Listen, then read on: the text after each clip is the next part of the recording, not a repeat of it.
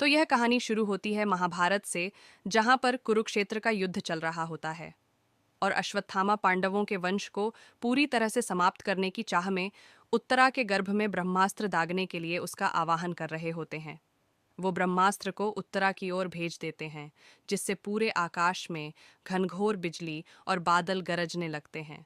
यह देखते हुए अभिमन्यु की पत्नी उत्तरा अपने महल से बाहर निकलती है और एक ही पल में वह ब्रह्मास्त्र उत्तरा के गर्भ से जाकर टकरा जाता है।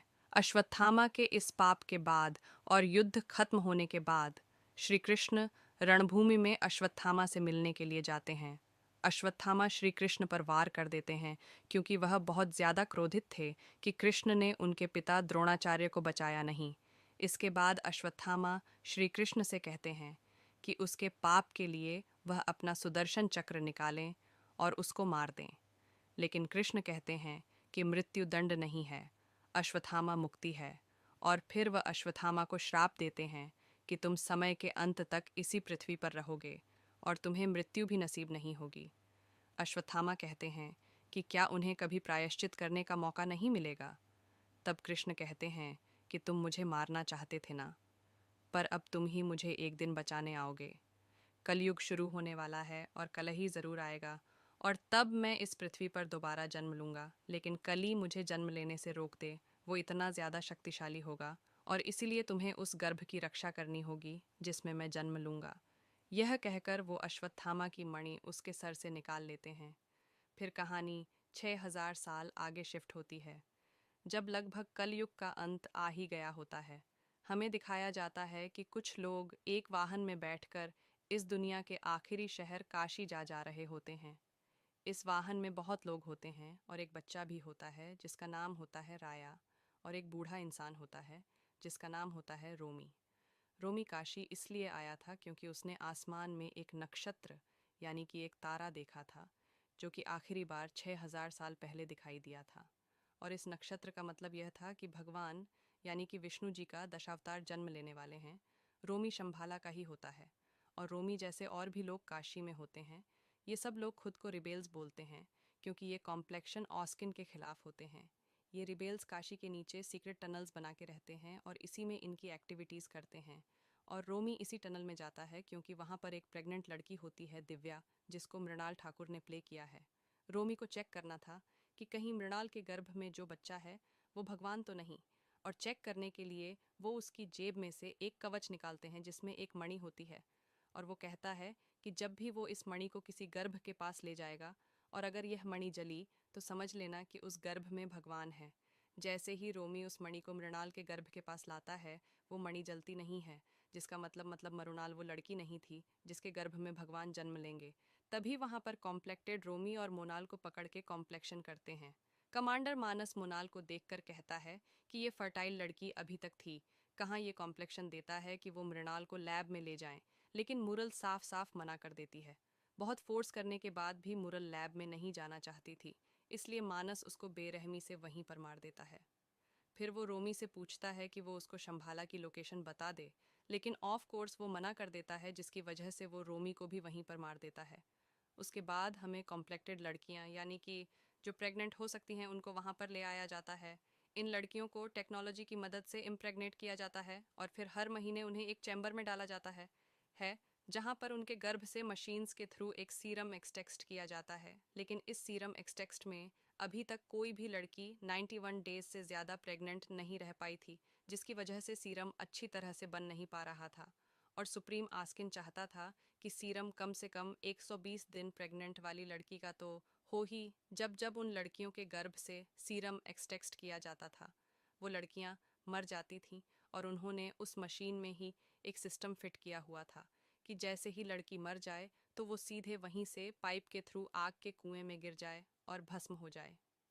अभी तक का जो बेस्ट सीरम बन पाया था वो 91 डेज वाला था, और कमांडर मानस को ये बात सुप्रीम आस्किन को बतानी थी, और साथ में वो सीरम की बोतल भी ले जाना था।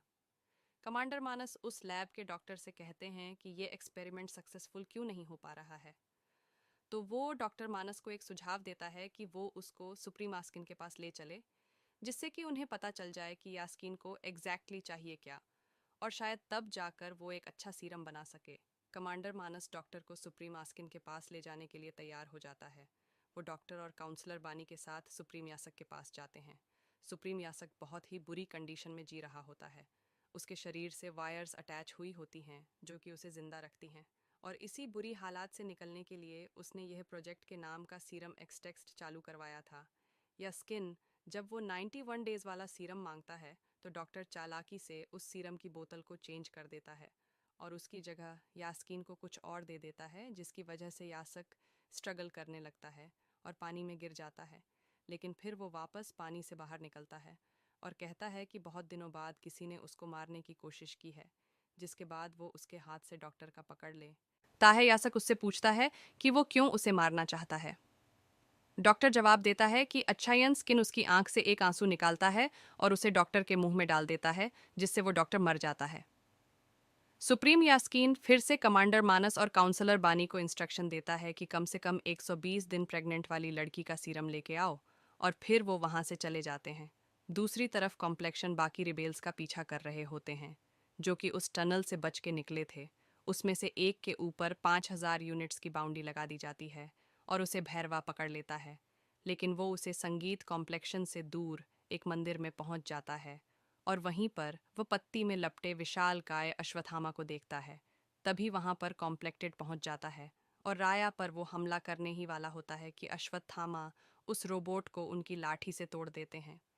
अब कॉम्प्लेक्शन चल रहे होते हैं और उन्हीं में होती है दीपिका पादुकोण, जिनका नाम होता है समेटी। वो भी सीरम स्ट्रक्शन प्रोग्राम में होती हैं, लेकिन वो किसी को बताती नहीं है कि वो प्रेग्नेंट है, क्योंकि वो उनके गर्भ में पल रहे बच्चे को बचाना चाहती थी। ये बात वो वहाँ पर एक लड़की को बताती हैं और उस पर विश्वास करती है कि वह किसी को नहीं बताएगी। मगर वहाँ पर एक गार्ड को पता चल जाता है कि समेटी 5 महीनों से प्रेग्नेंट है। 5 महीने यानी कि 150 दिन, जिसका मतलब ये हुआ कि दीपिका के गर्भ से जो सीरम बनेगा वो सुप्रीम यासक के लिए परफेक्ट होगा, क्योंकि सुप्रीम यासक ने तो सिर्फ 120 दिन प्रेग्नेंट वाली लड़की का सीरम ही मांगा था और यहाँ तो 150 दिन वाली का मिल रहा है। वो गार्ड समेटी को पकड़ के कमांडर मानस को दे देता है और फिर समेटी को चैम्बर में डाल दिया जाता है सीरम एक्सट्रैक्शन के लिए। जैसे ही सीरम एक्सट्रैक्शन प्रोसेस शुरू होता है, पूरी दुनिया में हलचल होने लगती है। अश्वत्थामा को भी कुछ एहसास होने लगता है और वो देखते हैं कि रायण उसकी कमर पर जो मणि बांध रखी हुई है और वो उस मणि को हाथ में लेते हैं, तो पता चलता है कि यह वही मणि है जो कि श्री कृष्ण ने उनके सर से 6000 साल पहले निकाल ली थी। इसलिए वो उस मणि को वापस उनके सर में लगा लेते हैं। वहीं कॉम्प्लेक्शन में सारे इक्विपमेंट फेल हो जाते हैं और समीटी पाइप के थ्रू आग के कुएं में जाने लगती है। लेकिन तभी वो दूसरी लड़की जिसको समेटी ने उनकी प्रेगनेंसी के बारे में बताया था, वो उस पाइप में आ जाती है और समेटी को उसका हाथ पकड़कर बचा लेती है। वो कहती है कि वो एक रिबेल है और वो यहाँ पर कॉम्प्लेक्शन लेने के लिए आई थी, लेकिन अब उसका टास्क समेटी को बचाने का है। वो समेटी को टनल्स के थ्रू आगे भेजती है और फिर समेटी अनजाने में लेज़र लाइट्स पर पांव रख देती है और उन लेज़र लाइट्स के ट्रिगर होते ही उस टनल में आग के एक्सप्रेस निकलने लगते हैं। अब पीछे से उसको गार्ड्स पकड़ने के लिए आ रहे होते हैं, इसीलिए उसके पास कोई भी चारा नहीं होता। आग में जाने के अलावा आंख बंद करके वो आग के बीच से होते हुए आगे बढ़ने लगती है। उसके कपड़े पूरी तरह से जल जाते हैं, लेकिन वो सेफली टनल के दूसरे एंड पर पहुंच जाती है और बेहोश हो जाती है। वहां पर उसको दो लोग उठाते हैं और उनके ट्रक में ले जाते हैं। वो समझ जाते हैं कि यह प्रेग्नेंट लड़की कुछ तो स्पेशल है, इसीलिए वो फैसला करते हैं कि वो उसको कॉम्प्लेक्शन संभाला लेकर जाएंगे। जब समेटी को होश आता है तो वो खुद को उस ट्रक में पाती है। ट्रक में उसकी प्रोटेक्शन के लिए एक लड़का और एक लड़की होते हैं, जिसमें से लड़की का नाम होता है कायरा। कायरा ही होती है जो कि मिट्टी को सुमति का नाम देती है और वो सब लोग चैन से हंसते खेलते हुए संभाला जा रहे होते हैं। लेकिन तभी उन्हें पता चलता है कि सुमति के ऊपर कॉम्प्लेक्शन यूनिट्स की बाउंड्री रखी है, जिसका मतलब यह था कि सारे बाउंड हंटर्स सुमति को लेने के लिए ज़रूर आएंगे। होता भी ऐसा ही है। बाउंड हंटर्स और कॉम्प्लेक्शन गार्ड्स को मार भी गिराती है, लेकिन आखिर में वो खुद शहीद हो जाती है। उनका ट्रक भी तोड़फोड़ की वजह से ख़राब हो जाता है और सारे गार्ड्स उसको घेर लेते हैं। और तभी वहाँ पर अश्वत्थामा आते हैं, 8 फुट लंबे और भयंकर शक्तिशाली। वो सभी को मार गिराते हैं। लेकिन 1 मिलियन यूनिट्स की बाउंड सुनकर भैरवा कैसे रुकने वाला था, इसलिए वो भी बुज्जी को लेकर उस ट्रक के पीछे आ जाता है और उसे भी अश्वत्थामा की मार झेलनी पड़ती है। अश्वत्थामा गुस्से में बुज्जी को भी तोड़ देते हैं। भैरवा बहुत बुरी तरह से हार जाता है। फिर अश्वत्थामा भी उस ट्रक में सुमति के साथ बैठ जाते हैं और वो भी शंभाला चले जाते हैं। शंभाला में सुमति का सभी लोग बहुत अच्छे से स्वागत करते हैं। सुमति के आते ही वहाँ पर बारिश होने लगती है, जो कि सदियों बाद हुई थी, इसलिए सब लोग उसे माँ बुलाने लगते हैं। राया अश्वत्थामा से कहता है कि अब उसे एक मॉडर्न वेपन ले लेना चाहिए और उसकी लाठी फेंक देना चाहिए। अश्वत्थामा कहते हैं कि ये कोई आम लाठी नहीं है, बल्कि ये कभी लाठी थी ही नहीं। ये उनके मित्र कर्ण का धनुष है, जिसकी शक्तियाँ तभी एक्टिवेट होती हैं जब कर्ण से हाथ लगाते थे। दूसरी तरफ भैरवा पूरी तरह से डिमोटिवेट हो जाता है, क्योंकि उसकी ज़िंदगी में वो पहली बार हारा था और बुझी भी डिस्ट्रॉय हो गई थी। लेकिन वो रिबेल जो भैरवा की कैद में था, वो भैरवा से कहता है कि तुम हीरो हो भैरवा, तुम क्यों ना रिबेल्स के साथ मिल जाओ और सुप्रीम आस्किन के खिलाफ लड़ो। और वो उसे यह भी कहता है कि अगर वो रिबेल्स के साथ शामिल होगा तो वो उसे संभाला लेकर भी जाएगा। वो रिबेल ये नहीं जानता था कि जो बाउंट भैरवा ने हारी है वो शंभाला में ही है। इसलिए भैरवा सोचता है कि ठीक है, इसे बेवकूफ़ बनाकर और इसकी मदद लेकर वो शंभाला तक पहुंच जाएगा, जहां वो अश्वत्थामा से बदला भी ले लेगा और सुमति को भी उठा लेगा। अब उसके जीवन में फिर से मोटिवेशन आ गया था और वो उसकी सारी यूनिट्स बुज्जी पर लगा देता है और उसको बहुत ज़्यादा हाईली अपग्रेड कर लेता है। फिर अगले दिन वो उस रिबेल के साथ बुज्जी में बैठकर संभाला जाता है। वहाँ पहुँचकर वो सबसे पहले तो बेल को बेहोश कर देता है और उसके बाद अश्वत्थामा के सामने जाता है। लेकिन भैरवा बन के नहीं, खुद अश्वत्थामा बन के उसने उसके डुप्लीकेट टैग का यूज़ करके अश्वत्थामा का भेस ले लिया था। लेकिन भेस लेने का मतलब यह नहीं था कि वो अश्वत्थामा जितना शक्तिशाली भी हो गया है। अश्वत्थामा एक बार फिर से उसको आसानी से हरा देते हैं और भैरवा उसके फॉर्म में वापस आ जाता है। तभी बुज्जी अश्वत्थामा पर मिसाइल से अटैक करती है, लेकिन अश्वत्थामा उस मिसाइल को पकड़कर बुज्जी पर ही फेंक देते हैं और इसके बाद भैरवा बुज्जी में बैठता है और रोबोट में तब्दील हो जाता है। इसी बीच क्योंकि एक बाउंट हंटर ने उस ट्रक पर एक ट्रैकर लगा दिया था, तो उस ट्रैकर को ट्रैक करके कमांडर मानस उसकी फौज लेकर संभाला पर अटैक कर देता है। सुमति को इंस्ट्रक्शन दिए जाते हैं कि वह बाहर ना निकले, लेकिन वह दूसरों की मदद करने के लिए बाहर निकल आती है और एक धक्का लगने की वजह से वह ब्रिज से नीचे गिरने लगती है। अश्वत्थामा उसे पकड़ लेते हैं, लेकिन उनका हाथ फिसल जाता है और सुमति का हाथ छूट जाता है। सबको लगने लगता है कि शायद अब सुमति बचेगी नहीं, लेकिन तभी भैरवा उसको बचाने के लिए छलांग लगा देता है। वो सुमति का हाथ पकड़ लेता है और उसको पकड़ लेते हैं। अश्वत्थामा अश्वत्थामा दोनों को ऊपर खींचते हैं और भैरवा को जोर से पंच मारते हैं, जिससे भैरवा बेहोश हो जाता है। फिर कमांडर मानस अश्वत्थामा को बहुत ही स्ट्रांग जाल में जकड़ लेते हैं और अश्वत्थामा अब मूव नहीं कर पा रहे होते हैं। वो सुमति को पकड़ता है और उसकी शिप पर ले जाता है। तभी जहाँ पर भैरवा गिरा पड़ा था, उसके पास ही अश्वत्थामा की वो लाठी भी पड़ी हुई थी, जो कि एक्चुअल में कर्ण का धनुष था। उस धनुष पर एक पत्ता गिरता है, जिसकी वजह से वो धनुष भैरवा के हाथ में आ जाता है।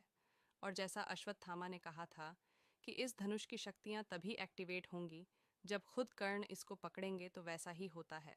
भर के छूने से धनुष में शक्ति आ जाती है और भैरवा भी होश में आ जाता है। ये देखते हुए अश्वत्थामा शॉक हो जाते हैं। फिर भैरवा उस धनुष को कमांडर मानस की छाती में घुसे देता है और उसे मार देता है और सुमति को बचा लेता है।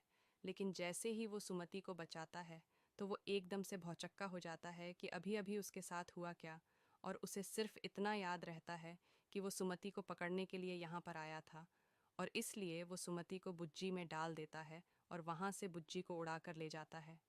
राया अश्वत्थामा से पूछता है कि यह है कौन। तब अश्वत्थामा फ्लैशबैक सीन में पहुंच जाते हैं जहां पर अर्जुन अश्वत्थामा से लड़ाई कर रहे होते हैं।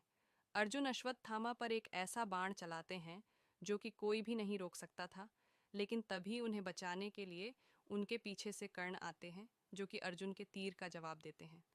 कर्ण अर्जुन का तीर तो निष्कासित करते ही हैं, लेकिन वो एक और बाण चलाते हैं, जिससे अर्जुन का रथ 2 कदम पीछे खिसक जाता है। यह देखकर श्री कृष्ण कहते हैं कि यह शत्रु बहुत ही ज़्यादा शक्तिशाली है, इसने उस रथ को पीछे किया है जो कि अग्निदेव ने प्रदान किया है। और हनुमान जी भी इस रथ पर झंडे के रूप में विराजे हुए हैं, और खुद सारथी के रूप में कृष्ण जी तो हैं ही, कर्ण को भी खुद प्रभास ने ही प्ले किया हुआ होता है। और इसके बाद हमें सुप्रीम यासक का एक मिड क्रेडिट सीन दिखाया जाता है, जिसमें वह सुमति का एक बूंद सीरम उसके शरीर में डाल लेता है। उसको मैंने पूरा इस वाली वीडियो में एक्सप्लेन किया हुआ है, तो क्लिक करके ज़रूर देख लेना और इस वाली वीडियो को लाइक कर देना, शेयर कर देना और चैनल को सब्सक्राइब करके ऑल नोटिफिकेशन ऑन ज़रूर कर लेना और देखते रहिए सुपर नेस्ट।